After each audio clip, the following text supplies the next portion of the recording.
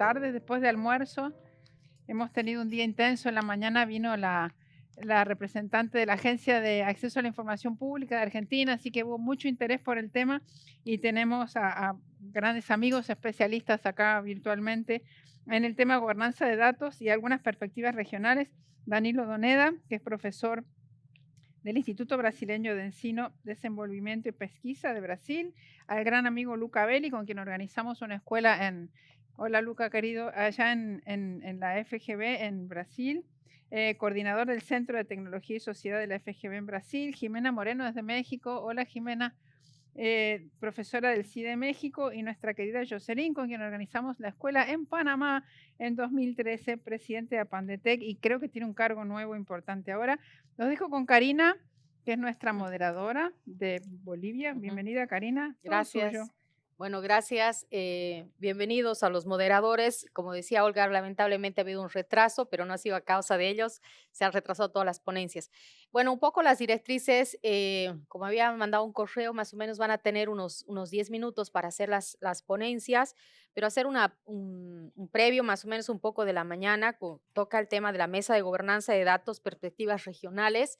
Hemos visto esta mañana la visita justamente de una autoridad en materia de protección de datos personales y ahora vamos a ver que los datos, que es el corazón de la economía digital, pues también tiene por otro lado otro derecho fundamental, que es el acceso a la información, y por el otro está el tema de la privacidad, la protección de datos personales.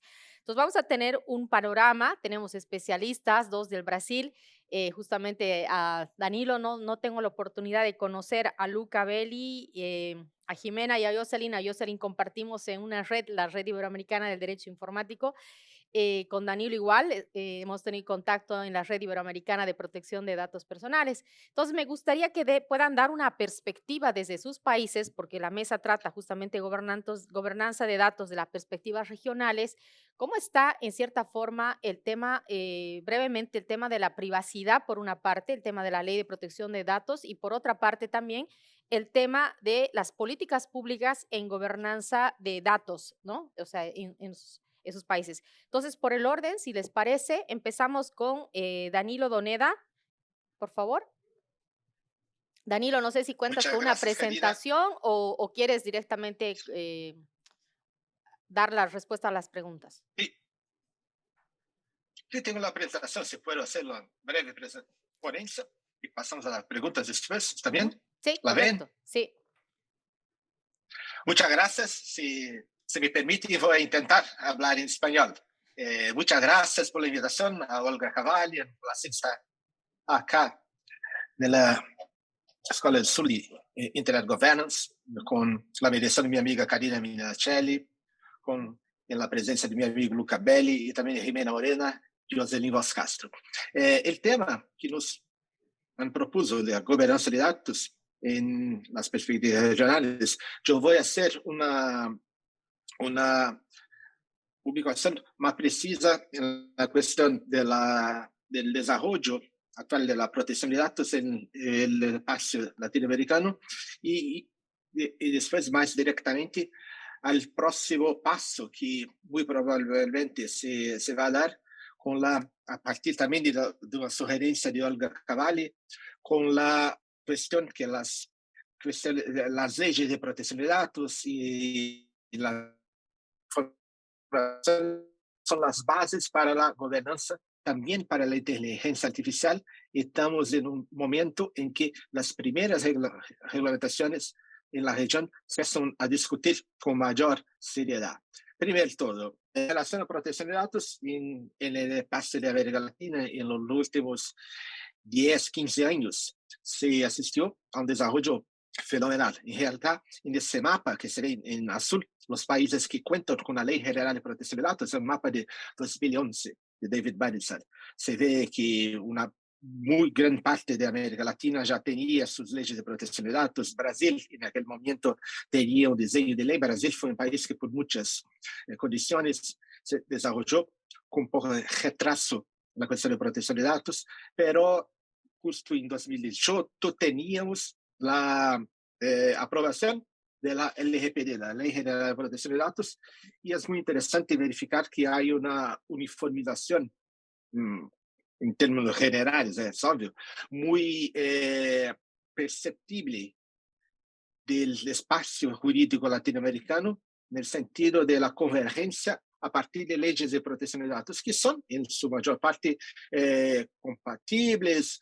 Hay una cuestión que algunas son más nuevas, otras un poco menos. Se puede hacer una regresión histórica. La Argentina, el país que primero legisló sobre protección de datos en la región y que ahora pasa por un momento de revisión de la ley hace poco más de un mes.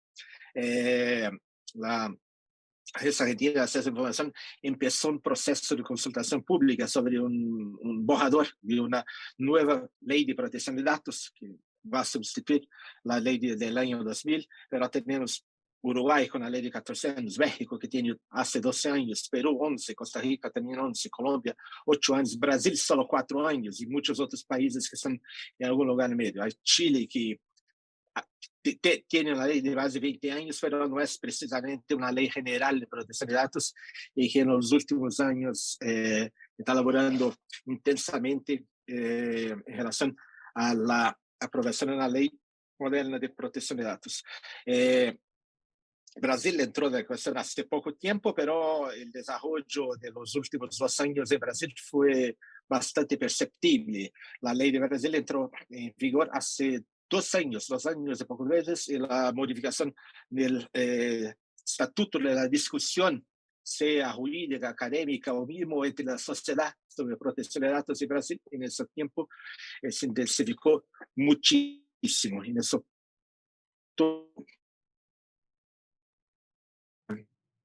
creo que estamos empezando a ver americanos en la cuestión.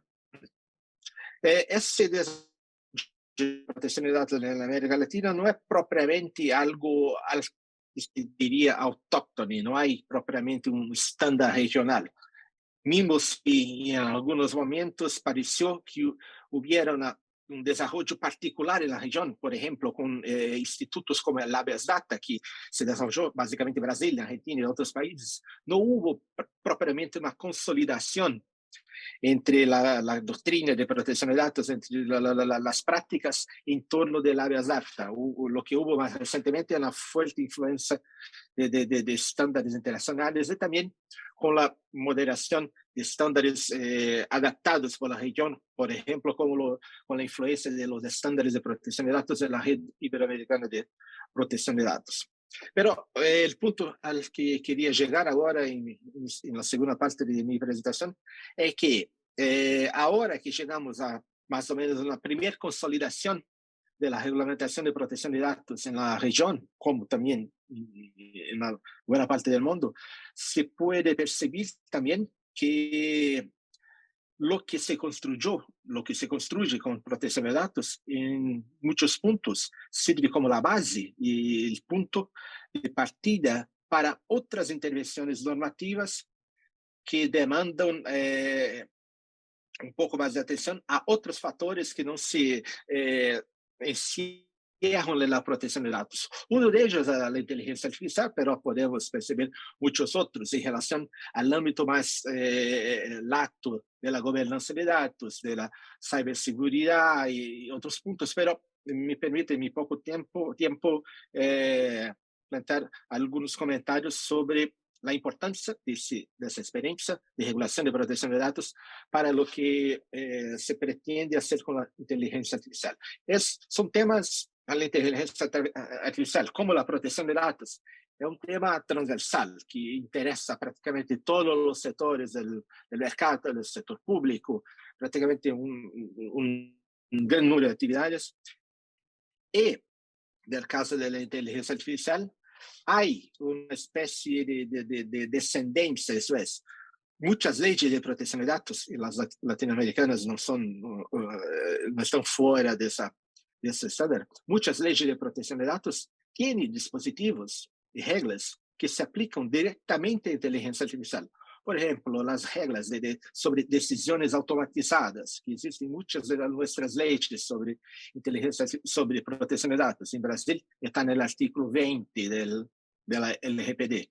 Son reglas que se uno va a mirar directamente, no son precisamente reglas de protección de datos, son reglas de gestión de datos para su utilización en cuestiones, en mecanismos de inteligencia artificial que hacen decisiones automatizadas y que prevén algunos derechos a los titulares, pero no en relación a sus datos, pero en relación al efecto de su tratamiento y de las decisiones. Y lo que essas regras intentam cobrir não é propriamente a proteção, pero, por exemplo, a transparência no mecanismo de decisão e a possibilidade de revisão da decisão. Isso, ao menos, que está no artículo 20, isso que está em muitíssimas leis de proteção de dados, que apareceu por la primeira vez na lei francesa de 1978, de 17 de julio de 78, que tenía ese dispositivo, que es un dispositivo que es prácticamente el abuelo de la actual discusión sobre inteligencia artificial. Pero, ¿al qué punto estamos precisamente? En Brasil, ahora me restringo al Brasil, estamos en un momento en el cual hay una posibilidad muy grande que en tal vez poco tiempo el país apruebe la ley general sobre inteligencia artificial.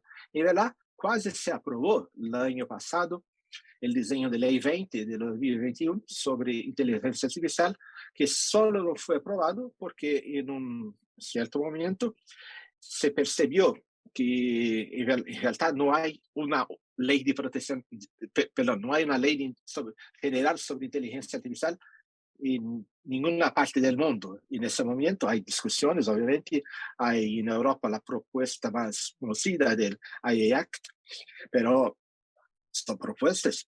Y lo que ocurrió al presidente del Senado de Brasil fue nombrar una comisión de juristas que está encargada de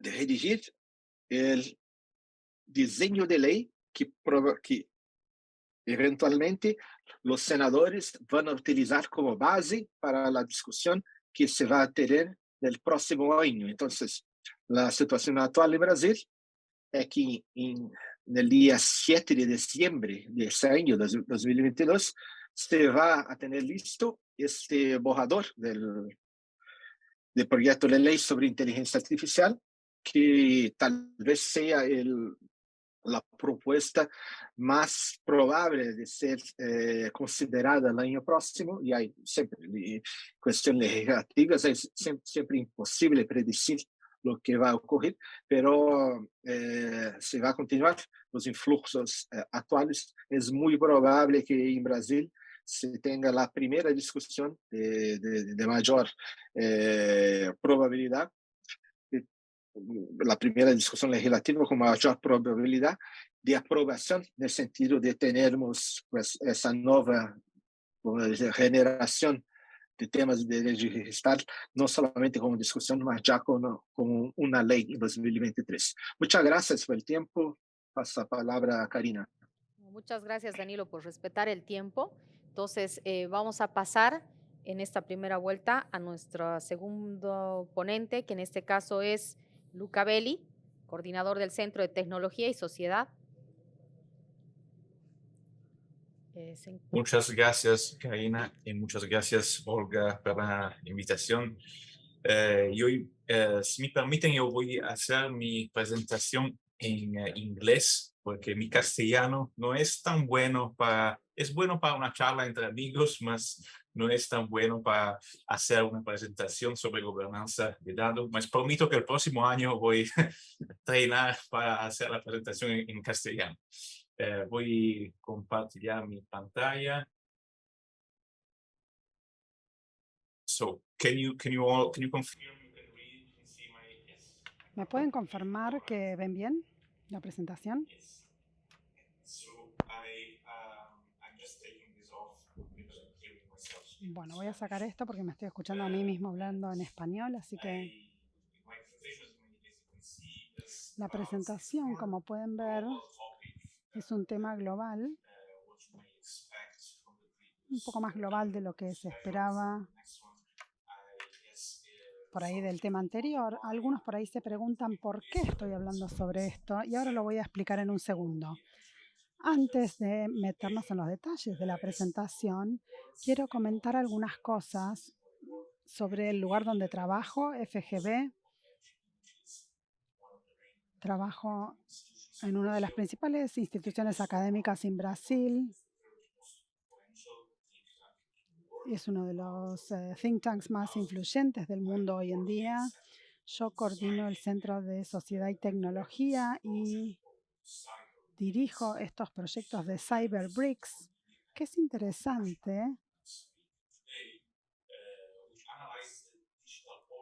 que lo que hace es analizar las políticas digitales de los grupos BRICS, Brasil, Rusia, India, China y Sudáfrica. Todas las publicaciones y eventos que hemos hecho en los últimos 5 años tienen acceso libre en el sitio web. Entonces, ¿por qué los países del BRICS son tan importantes? Bueno, en primer lugar, porque más del 40% de la población mundial vive en los países del BRICS. 3.200 millones de personas y más de 2.000 millones de usuarios de Internet. 50% de la población de Internet vive en estos países.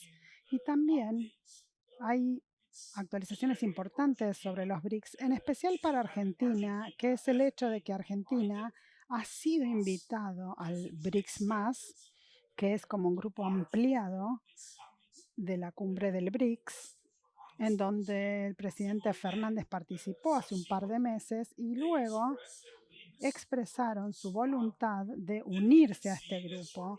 Y esto lo podemos ver como un G7 o un G5 en este caso del sur, ¿no? Del hemisferio sur, un modelo de gobernanza para el mundo emergente, los países emergentes, la mayoría del mundo, que por ahí no está bien representado en grupos como el G7. Y un punto muy interesante para entender los BRICS es que no fue desarrollado a partir de instituciones, sino que se hacen las cosas diferentes, como el expresidente de Brasil, Luis Ignacio Lula da Silva, mencionó, y hacer las cosas de forma diferente para no depender de los organismos tradicionales, en especial financieros, o los mecanismos globales que tal vez no consideran el interés del hemisferio sur como una prioridad. Entonces, ¿cómo ingresamos a este grupo? Bueno, con un ingreso bastante agresivo en 2013. Esto incluyó una escucha ilegal de la expresidenta de Brasil. También tiene que ver con la resolución de la era digital, el marco civil de Internet que se aprobó y luego una segunda consulta que llevó a la LGPD en Brasil. Y también los BRICS, por primera vez, en 2013, los líderes incluyeron la ciberseguridad como una prioridad en la declaración al final de la cumbre. Y lo interesante acá es que ellos comenzaron a coordinar las acciones de una manera en la que fue bastante diferente de los mecanismos de coordinación y gobernanza típicos, por ejemplo, de los tratados. Empezaron a coordinar acciones con grupos de trabajo conjuntos o seguridad de TICs para compartir información, mejores prácticas, definiendo un memorándum de entendimiento compartido y desarrollaron sus propias instituciones lideradas por el BRIC, el nuevo Banco de Desarrollo, un banco de desarrollo, o sea que es una coordinación basada en el intercambio de información, un intercambio conjunto y una financiación conjunta. Es un modelo diferente que es interesante de entender, es un buen ejemplo de en lo que gobernanza de Internet llamamos una cooperación mejorada. Es un proceso que nunca se definió claramente por la ONU, pero que existe desde la Agenda de Túnez. Y esto es algo que los BRICS en sí mismos expresamente han reconocido, el compromiso de cooperar en temas de gobernanza digital y en especial en regulación y protección de datos. Pero no seamos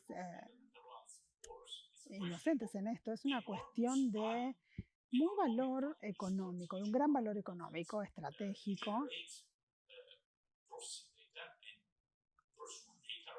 Se generan datos personales y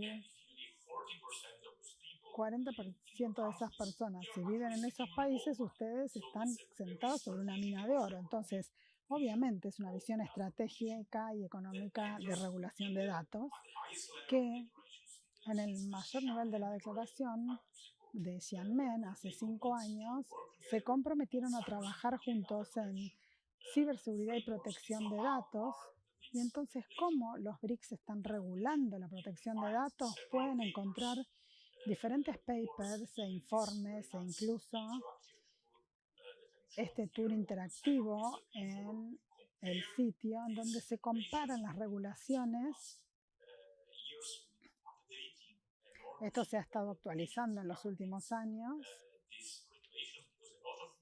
porque obviamente hubo muchas innovaciones en los últimos 5 años especialmente, y este documento es la última publicación que agregamos al sitio web, que se va a publicar oficialmente dentro de 2 semanas. Lo va a publicar Oxford University Press y es algo que redactamos también con mi amigo que está acá presente hoy, sobre cómo esta convergencia de políticas digitales que llevan a una interoperabilidad o compatibilidad legal de marcos jurídicos de protección de datos en los BRICS. Entonces, ¿por qué estamos hablando de esto? Por un lado, se puede ver,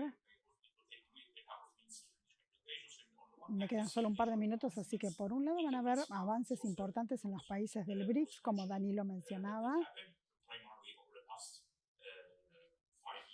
En los últimos 5 años, como para darles un pantallazo rápido, Brasil aprobó la nueva regla general, creó el regulador de protección de datos. La protección de datos se convirtió en un valor fundamental, en un derecho fundamental en los últimos años. Rusia también aprobó disposiciones de localización de datos y la nueva ley de soberanía de Internet, que es un desarrollo distinto, pero que el mundo está teniendo en cuenta. India también reconoció la privacidad como un derecho fundamental y está preparando una ley de protección de datos y una nueva arquitectura de datos que es muy interesante porque es un protocolo de Internet para organizar los datos personales. No es una ley, sino tecnología.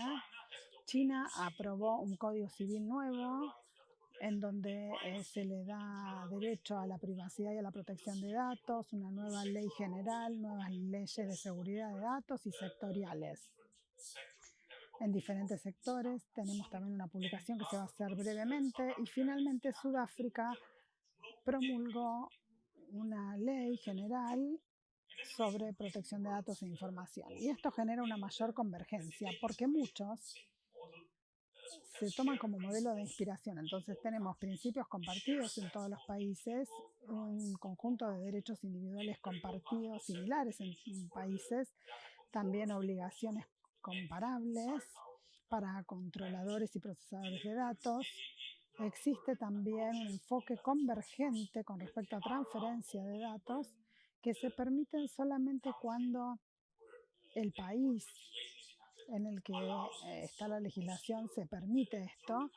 Entonces se considera al tercer país como un país que tiene una protección adecuada para permitir esa transferencia, y también hay una seguridad de información con respecto a la preocupación de los datos. Y esto se ha vuelto muy evidente hace 2 años en la cumbre de los BRICS en India.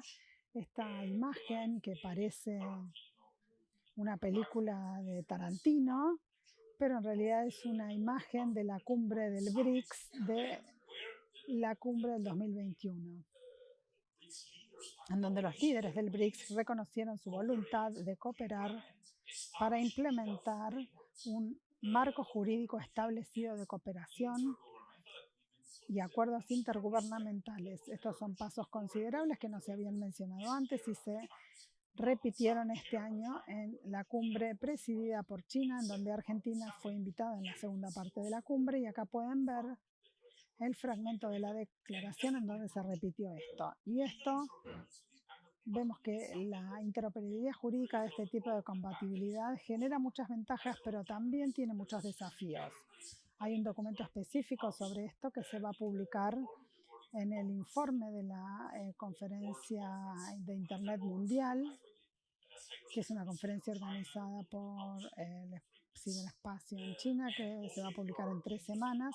Y si están interesados en cómo esto va a evolucionar, lo que les sugiero es que se mantengan conectados y verifiquen nuestro sitio web, porque tenemos muchas publicaciones, libros y documentos especiales que se van a publicar en los próximos meses sobre este tema. Muchas gracias y disculpen si fui demasiado rápida para poder terminar la presentación. Gracias.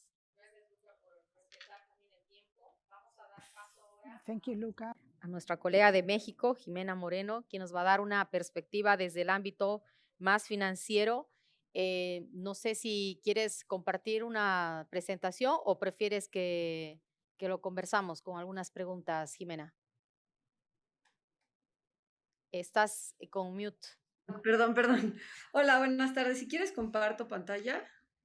Y ¿Perdona? entonces creo que me están viendo. Sí, Sí. Comparto y ahorita Ok. podemos ver. Antes de empezar, yo nada más, quiero agradecer la invitación a todos mis colegas y a Olga en especial, a la doctora Olga Cavalli por la invitación a participar aquí. Y antes de empezar, yo nada más quisiera hacer un pequeño contexto de cómo está la gobernanza de datos de manera general en México, para luego irlo bajando. México es parte del convenio 108 del Consejo de Europa para la protección de las personas con respecto al tratamiento automatizado de datos, el famoso convenio 108, y de su protocolo adicional. Pocos países en América Latina, tengo entendido que es Uruguay, Costa Rica pronto. México ya es parte de este convenio que exige una mayor protección a la parte de datos personales. La protección de datos personales, así como la privacidad, son derechos humanos, están consagrados en nuestra Constitución como parte de derechos humanos, y al igual que la parte de Internet, el derecho a Internet. Partiendo de esta parte general, yo quisiera, de todos los desarrollos de la inteligencia artificial, de la tecnología, yo quisiera llamarles un poco la atención en dónde estamos parados en la situación de México, en un área que me parece muy importante, que es el sistema financiero digital. Y lo traigo a colación precisamente porque si vemos que el uso de la inteligencia artificial y la ciencia de datos está modificando el mercado. Ahora estamos viendo que ya hay una modificación muy importante en el mercado al empezar a generar nuevos productos financieros. Reducir los costos, reduce costos, se genera un poco más de habilidad en el mercado, y la llegada de la tecnología y la regulación del mercado en esta parte es muy importante.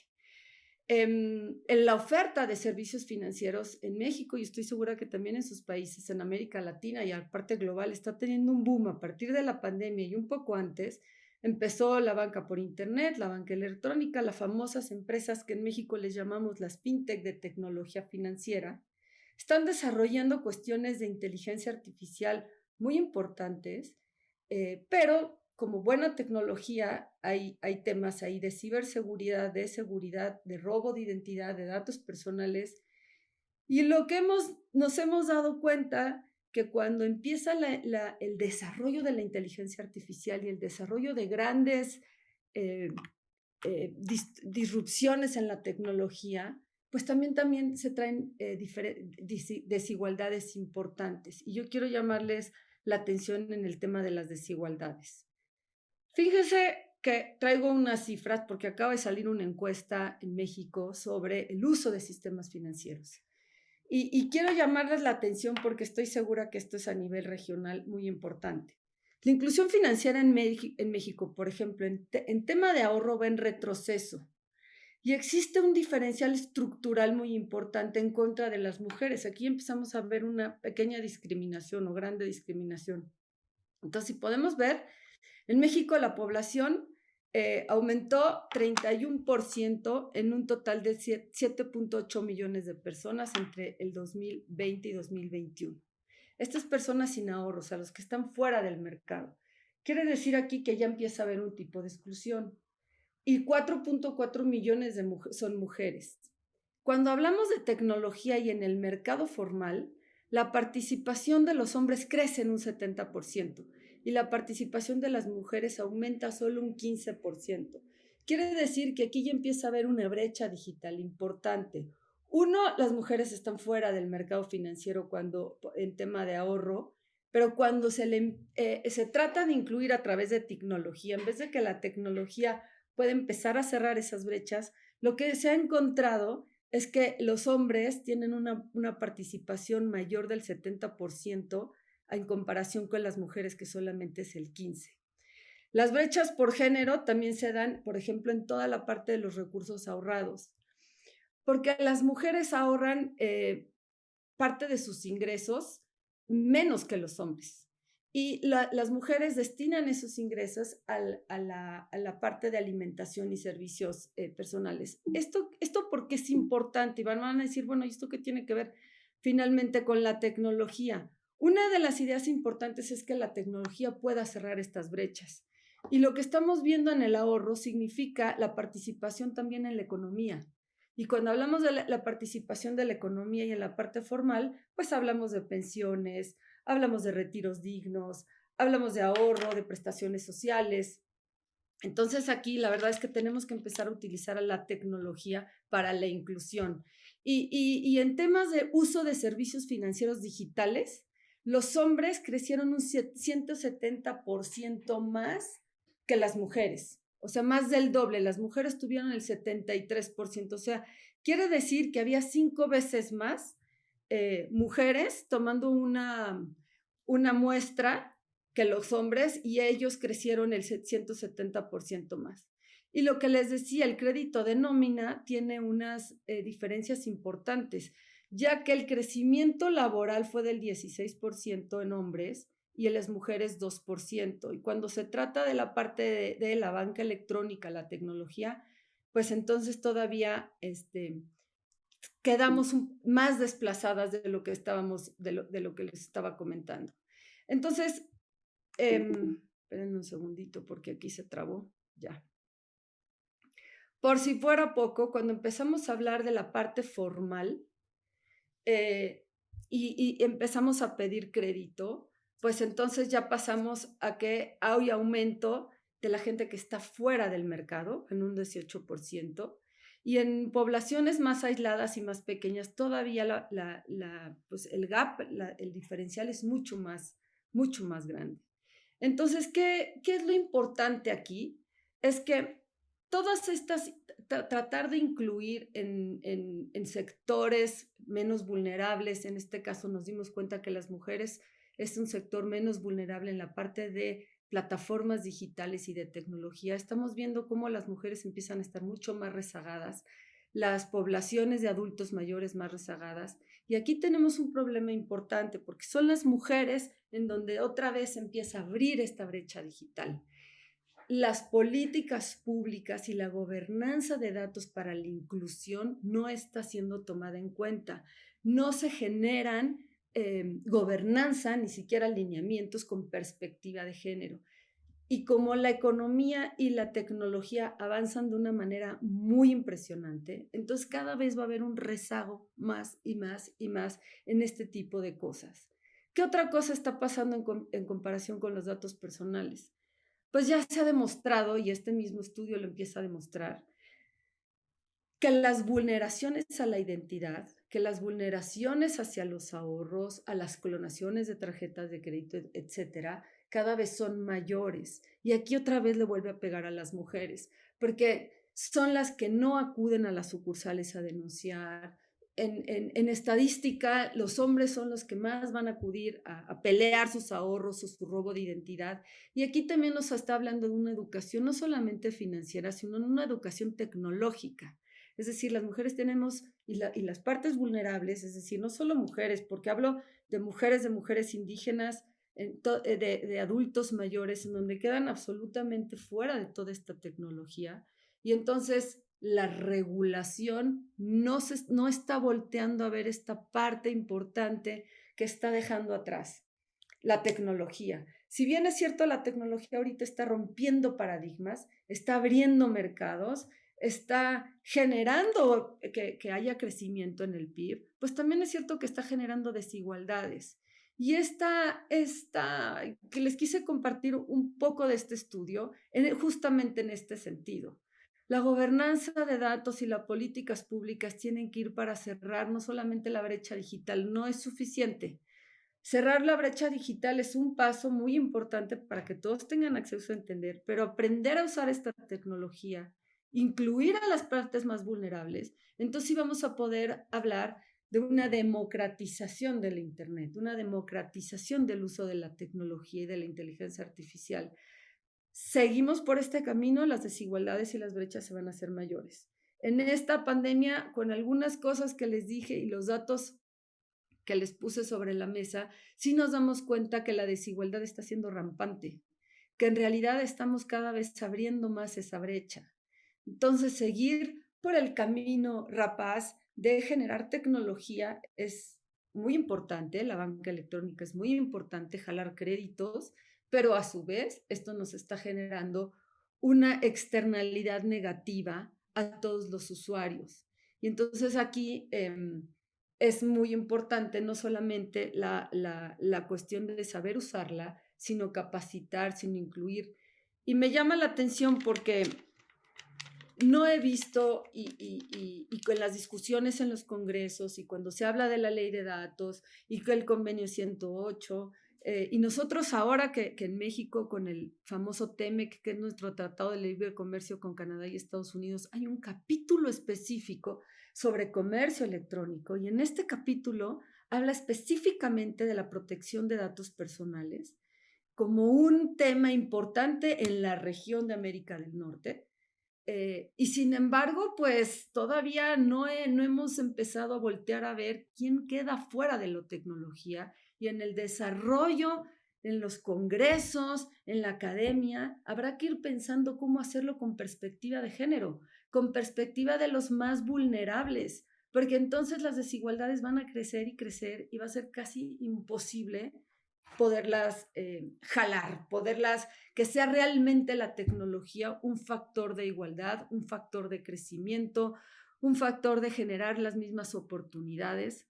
Entonces, los datos que yo les muestro aquí o que les mostré aquí, pues dicen un montón de cosas y por eso se los quería yo poner sobre la mesa. La discusión también tiene que voltear a ver a las otras partes, a los famosos stakeholders de las otras partes, para que realmente sea una tecnología con un lado incluyente, con un lado humano. Si no, vamos a seguir peleando con esta parte y las desigualdades van a seguir, por otro lado, abriéndose más esta brecha. Yo hasta aquí dejaría mi intervención. La verdad no sé ni cuánto tiempo llevo. Creo que sí, pero mi mensaje principal es este. En el sector financiero digital, después del estudio que les acabo de mencionar, la brecha se abre cada vez más en temas de ahorro, en temas de acceso al crédito, en temas de acceso simplemente a bancarizar. Entonces, dejar esto afuera no solamente está dejando fuera el tema de ahorro, el tema de crédito, sino también la formalidad en el empleo y el acceso a poder estar en la economía formal para tener también acceso a seguridad. Entonces, aquí vemos que una parte importante de la población queda fuera. La gobernanza de datos tiene que voltear a ver a los más vulnerables.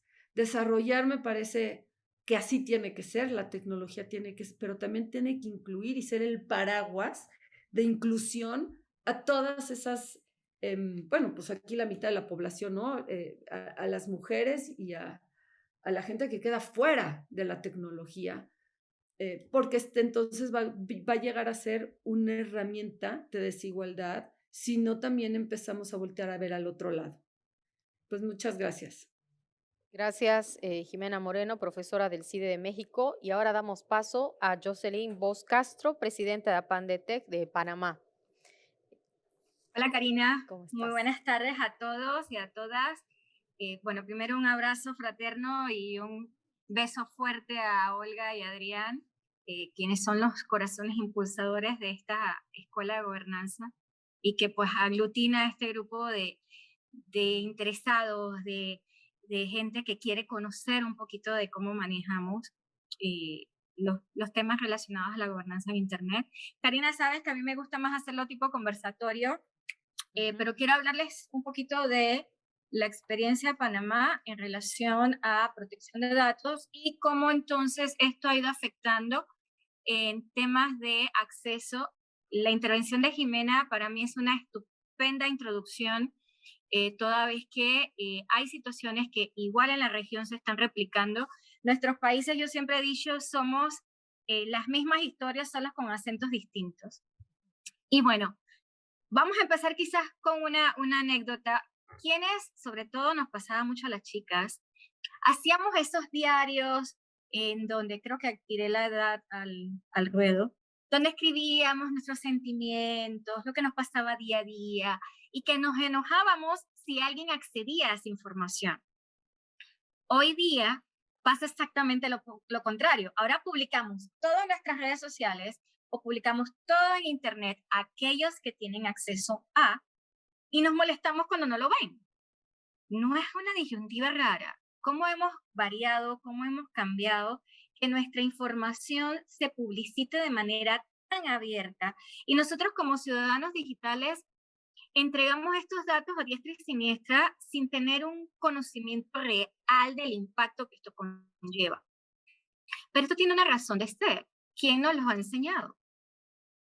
¿Quién nos ha dicho que la información que pertenece a cada ciudadano es un bien suyo? Nadie nos lo dice. No hay un foro de concienciación donde al ciudadano se le indique que brindar esa información personal es algo y un derecho donde él puede decidir si se le entrega, hasta cuándo le entrega, qué fecha tiene de finalidad, cuál es el propósito de ese dato. Y esto ha conllevado en que nos convirtamos en un mercado negro de información en donde se vilipendian de manera importante el derecho humano fundamental de la protección de datos, que es simplemente proteger toda información que me identifica o me hace identificable. Y nosotros debemos tener el derecho de poder promoverlo, de poder ejercerlo. En Panamá tenemos una ley de protección de datos de reciente data, de 2019. No obstante, es importante mencionar que había ya unas normativas previas relacionadas a proteger de alguna forma la protección de datos.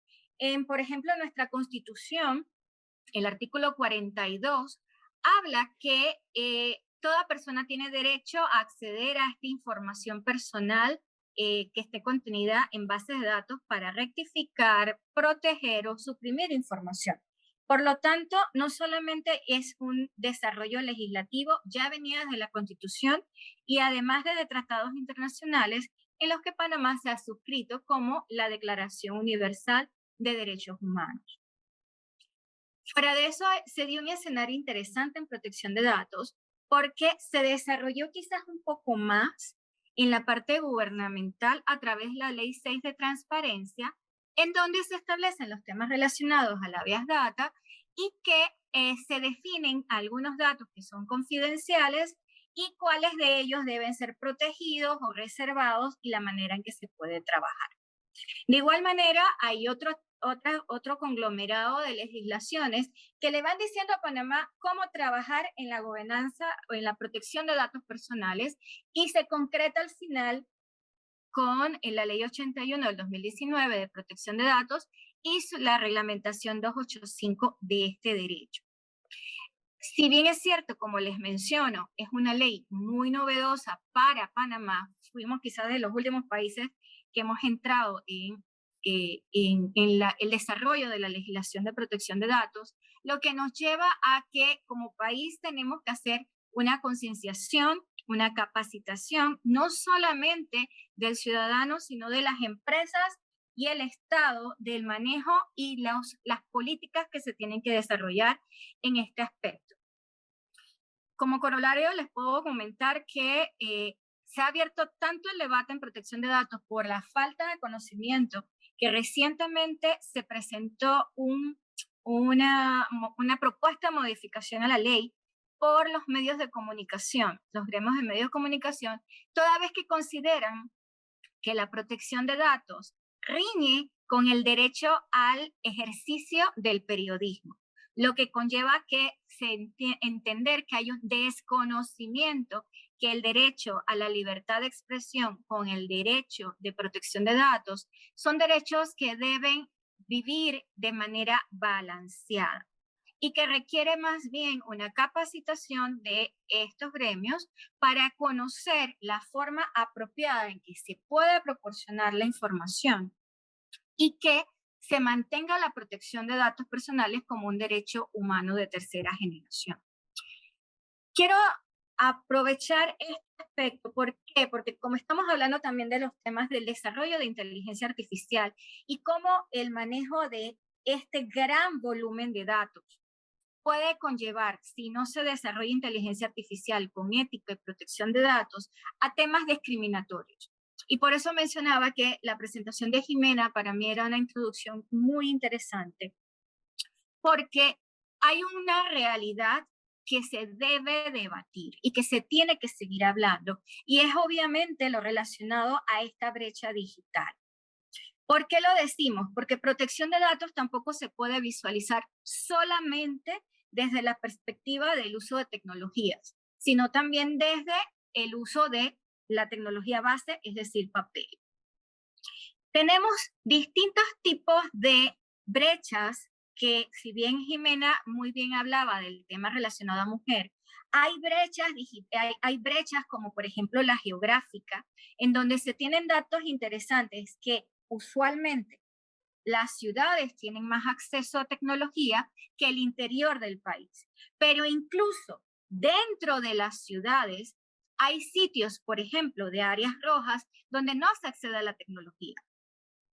Entonces, si yo tengo una situación en donde, por ejemplo, tengo una persona menor de edad que vive en un área roja y que no pueda personarse a su colegio porque si cruza una calle, la pandilla de la otra calle lo mata, y él no puede acceder a hacer teleeducación porque no tiene acceso a la tecnología, tenemos una situación que hay que resolver. Obviamente, y como muy bien adelantaba Jimena en los temas relacionados a género, las mujeres tenemos una situación en donde nos vemos con la labor del hogar, con la labor de cuidar a los ancianos, con la labor del cuidado de la familia. Muchas de las políticas no se desarrollan tampoco porque tenemos estadísticas claras en nuestros países. Además de eso, somos del grupo de profesionales que no se les explica o se les abre el universo para que entendamos que nosotras también podemos aportar al mundo tecnológico. De hecho, por eso se realizan actividades en donde invitamos a mujeres a participar del sector tecnológico en la parte también de ciberseguridad, porque también somos víctimas en números importantes en situaciones como, por ejemplo, sextorsión, compartir información privada de manera no consentida, entre otras acciones. Obviamente, la parte económica, como bien mencionaba Jimena, también es importante trabajarla. ¿Por qué? Porque si yo tengo la oportunidad de poder brindarles, y fue una discusión interesante, un reto que se me dio hace unos años atrás, en donde me decían, ustedes están promoviendo tecnología, pero ¿qué pasa con la gente pobre que no pueda alcanzarla? ¿Qué pasa con aquel ciudadano que no tiene acceso siquiera al desayuno y que quieres que aprenda a usar tecnología? Y la respuesta se la tenía un poquito más adelante y se la quiero dar. Gracias. No hay un grupo más vulnerable en este momento en temas también de tecnología que los adultos mayores. Obviamente son las víctimas más importantes en temas de estafa. Al desconocer absolutamente o tener un conocimiento básico en lo relacionado a el conocimiento tecnológico, son víctimas muy fáciles de los temas relacionados a estafas. Son discriminados porque no tienen acceso a por lo tanto pueden no tener acceso a las noticias, no tener acceso a comunicación con sus familiares, acceso a telemedicina, a teleeducación, a plantear su punto de vista y a su libre expresión. Es importante que también determinemos quiénes son estos grupos vulnerables. Casi siempre hablamos de las mujeres, que sí forman parte de los grupos vulnerables, y de las personas menores de edad. Pero este escenario se debe abrir a los adultos mayores, a personas con discapacidad, personas en pobreza, los migrantes. Nuestra región se está viendo en una avalancha de migrantes que pasan desde Argentina para tratar de llegar a Estados Unidos, y hay una cantidad importante de situaciones que se pueden decir que son pesadillas, en donde hay abusos de derechos humanos, hay violaciones a mujeres y niños, hay muertes en el camino, y hay historias que no se cuentan, hay estadísticas que no se tienen, hay políticas que no se desarrollan con el grupo de personas migrantes ilegales. Además de eso, víctimas de delitos también forman parte de grupos vulnerables, pertenecer a minorías o personas privadas de libertad. Esto es importante destacarlo, porque también puede pasar que sean vulnerables, vulnerabilidades cruzadas, es decir, yo puedo tener a un adulto mayor que pertenece a una minoría y que también sea una persona con discapacidad, o un privado de libertad que sea un adulto, una persona menor de edad y que sea una persona pobre. Entonces sí debemos establecer políticas para estas acciones, y que no podemos dejar de desarrollar herramientas tecnológicas viendo a estos grupos, manteniendo esa brecha digital, como bien mencionaba la colega previamente. Creo que todos ustedes tuvieron la oportunidad en pandemia de ver un poco cómo se abocó al uso tecnológico. En Panamá se dio una situación de un chico que fue filmado subiéndose a un árbol con un celular tratando de encontrar un poco de señal para poder recibir la educación. E interesantemente fue algo que se fue replicando, y de hecho cuando hacíamos la tarea de investigación hubo el mismo ejemplo en México, en Siberia, en Italia, en Argentina, en donde nuestros chicos estaban interesados en conocer y tener aprendizaje, pero ¿cómo lo hacían si no tenían acceso? Y llegar a este punto en donde tenían que subir a un árbol para poder acceder a un derecho humano de educación, pues era algo que incluso inspiró a un poeta panameño llamado Melitón Robles, quien escribió algo muy bonito donde decía, este niño está trepado en la copa de un árbol con un celular enfermo, intentando conectarse con la red de su maestra, un gran reto para ella encontrar otros cuerpos celestes en el cielo de su laptop. Él mantiene el equilibrio con su celular en la mano, un cuaderno y un lápiz, ve números y ecuaciones que avanzan colgados en los pulmones de las nubes. Es otro niño que se ahoga en un cuento primigenio. Esto nos demuestra que realmente tenemos un vacío, y a veces lo vemos como, es que tenemos que agregar a los grupos vulnerables. Señores, pero nosotros desde la parte tecnificada, ¿qué estamos perdiendo por no traer estos grupos vulnerables? En temas culturales conocemos a Thor, conocemos a Poseidón, conocemos a Anubis, quizás a Shiva, a Buda, a Jesús, pero ¿qué pasa si le hablamos de Olowaidí, de Nuchus, de Pachamachá, de Viracocha, de Yemanyá, de Huatalao, de Shango? Asimismo, como se desarrolla y se tiene el conocimiento de estas deidades, y que incluso se han llevado al cine, ¿por qué no tenemos estos conocimientos culturales que nos hacen un vacío en danza, en poesía, en costumbres, en música, en literatura y en historia viva? Esta información no la tenemos en la parte tecnológica. Por lo tanto, estamos creando, los países que están creando políticas totalmente sesgados, sin tener esta información de manera clara. Tenemos oportunidades que tenemos que desarrollar, y una de las primeras es el equipo de tecnología, y hacer estos debates, abrir estos espacios, es para desarrollar herramientas en donde podamos traer a todos y que todos se sientan incorporados a la parte tecnológica y puedan aportar desde sus perspectivas. Como empresas necesitamos ver obviamente la alfabetización y la capacitación digital, abrir estos foros de discusión y actividades económicas.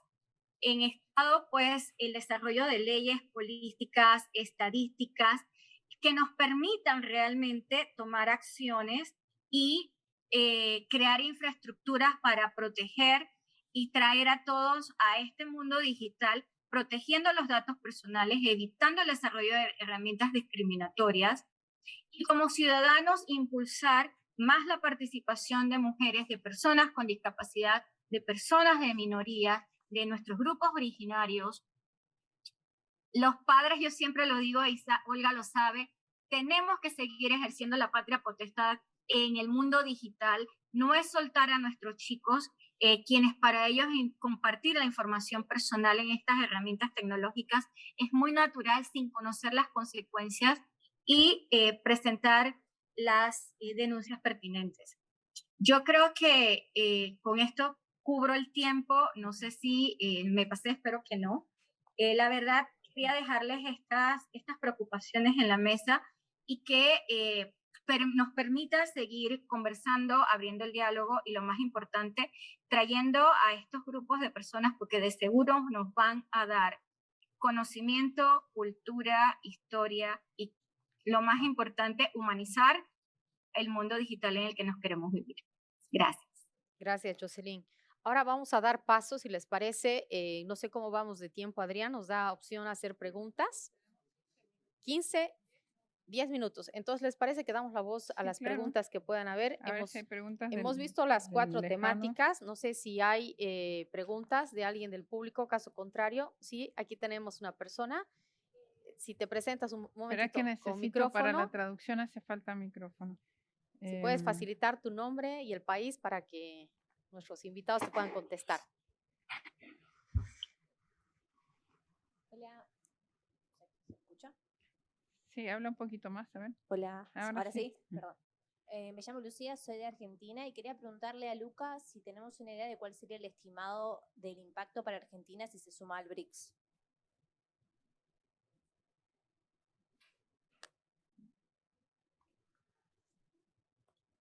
I'm going to reply in English.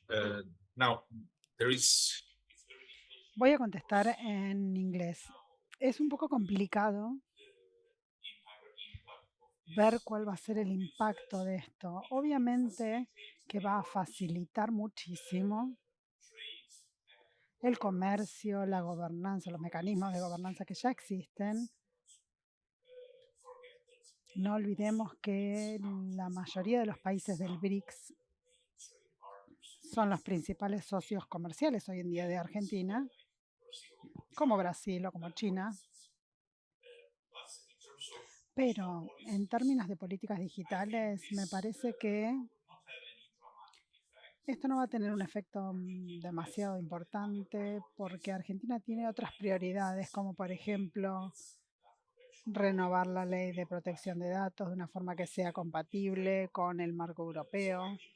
Así que me parece que, en mi opinión, sería beneficioso para Argentina porque abriría una nueva ruta para el debate internacional, el potencial de solidificar acuerdos gubernamentales con países que son muy importantes en la gobernanza y en la dinámica comercial hoy en día. Incluso va a ser más relevante, en especial si pensamos en India o en China en la próxima década y realmente espero que también Brasil, ¿no? El año que viene con un nuevo gobierno que considere América Latina y al BRICS como prioridades para la gobernanza internacional.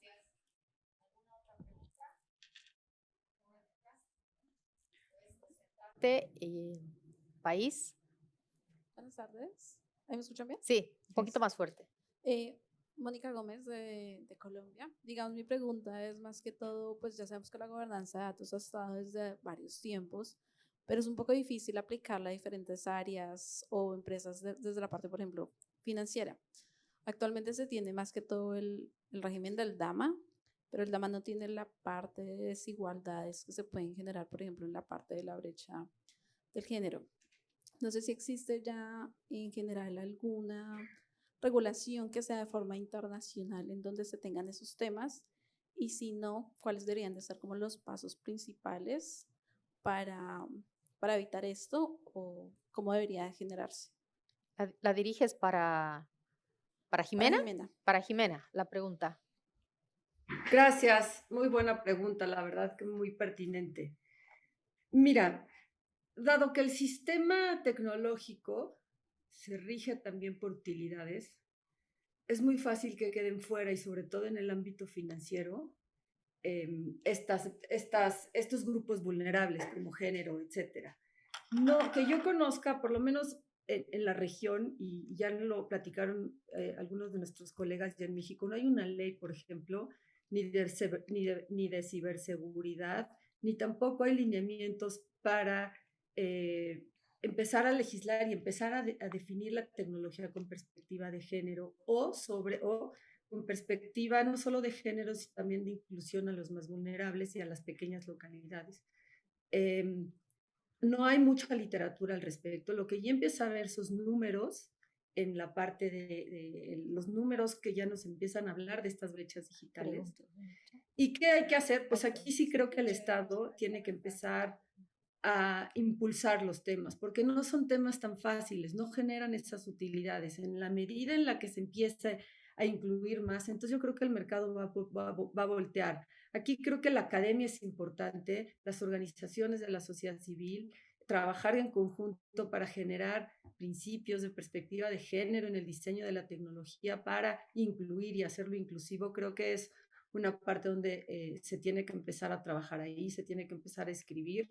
Vamos atrasados, yo me atrevo a decir que a nivel global sí vamos atrasados, y yo creo que ahorita son momentos, todos aquellos que estén haciendo su tesis, que estén haciendo cuestiones de investigación, hay muchos datos donde ya hablan de esta brecha digital en el ámbito que sea, salud, educación, financiero, y son los mismos grupos los que cada vez están marginados. Entonces, empezar a desarrollar academia y coordinación con las empresas para empezar a diseñar todo este tipo de herramientas que puedan cerrar la brecha y las desigualdades. Creo que hay que voltear ahí a ver, y hay que exigir la agenda pública en esto. Gracias. Gracias. Me gustaría, ¿hay alguna pregunta más aquí? Si podemos, aquí adelante, atrás, dos preguntas más. Si pueden dirigir también a quién de nuestros Perfecto. invitados. Hola, buenas tardes. Muchas gracias antes que nada. La pregunta era para Jocelyn en particular. Mi nombre es Diego Cajade, yo vengo de Uruguay y trabajo para una política pública de inclusión digital de personas mayores. Me interesa en particular la brecha etaria en cuanto a la inclusión digital. Y bueno, con la perspectiva esta como de la gobernanza de los datos y el ejercicio de la ciudadanía digital, se habla mucho de la maximización como de los beneficios de la ciudadanía digital, pero también aparte de minimizar los riesgos de este ejercicio. Entonces, me interesa en particular saber qué estrategias, qué experiencias hay en la región, sobre todo que dimensionen la intersección entre la Convención Interamericana de la Protección de los Derechos de Personas Mayores con la parte de ciudadanía digital. Gracias. Okay. Muchísimas gracias por tu pregunta. Bueno, puedo comentarte que desde prácticas y políticas que se están haciendo desde ONGs que están haciendo ejercicios, por ejemplo, en la red de derecho donde participamos Karina y yo, se están haciendo trabajos para hacer campañas de concienciación con los adultos mayores. Desde donde estoy, además de Apantec, en el órgano judicial, se han estado haciendo algunos ejercicios con el sistema automatizado de gestión judicial, en donde por temas de las 100 reglas de Brasilia se pueda visibilizar dentro del grupo de los expedientes que se están administrando cuando forma parte un adulto mayor. Por ejemplo, porque en los procesos, digamos, una sucesión que puede ser muy extensa en el tiempo, se puede identificar este tipo de procesos y buscar la manera de agilizarlo de forma tal que la justicia pueda ser más expedita para este grupo en específico. Decirte que conozca si hay alguna otra experiencia, la verdad más que por un interés muy particular, porque siento que estamos dejando por fuera a este grupo, como bien mencionabas, y que estamos perdiendo, uno, un grupo de información muy valiosa, y dos, porque son víctimas muy frágiles dentro de este grupo tecnológico, y que se están llevando tanto dinero como dignidad, y obviamente tenemos que ser un poquito más empáticos y proteger a este grupo dentro del mundo de tecnología. Espero haberte respondido, porque hasta donde sé no hay mayores ejercicios, y pues se está tratando desde las ONGs en las que he estado participando hacer algunos trabajos, y como bien te menciono, algunas de las herramientas tecnológicas que se están desarrollando en los poderes judiciales. Creo que Costa Rica también lo estaba trabajando en las herramientas que ellos han desarrollado en la Administración de Justicia. Vamos a dar paso a la última pregunta que nos va a hacer desde Honduras. Estar cerca del micrófono. Aquí está adelante, por favor, aquí. La primera fila. Si te puedes presentar y a quién diriges tu pregunta, por favor.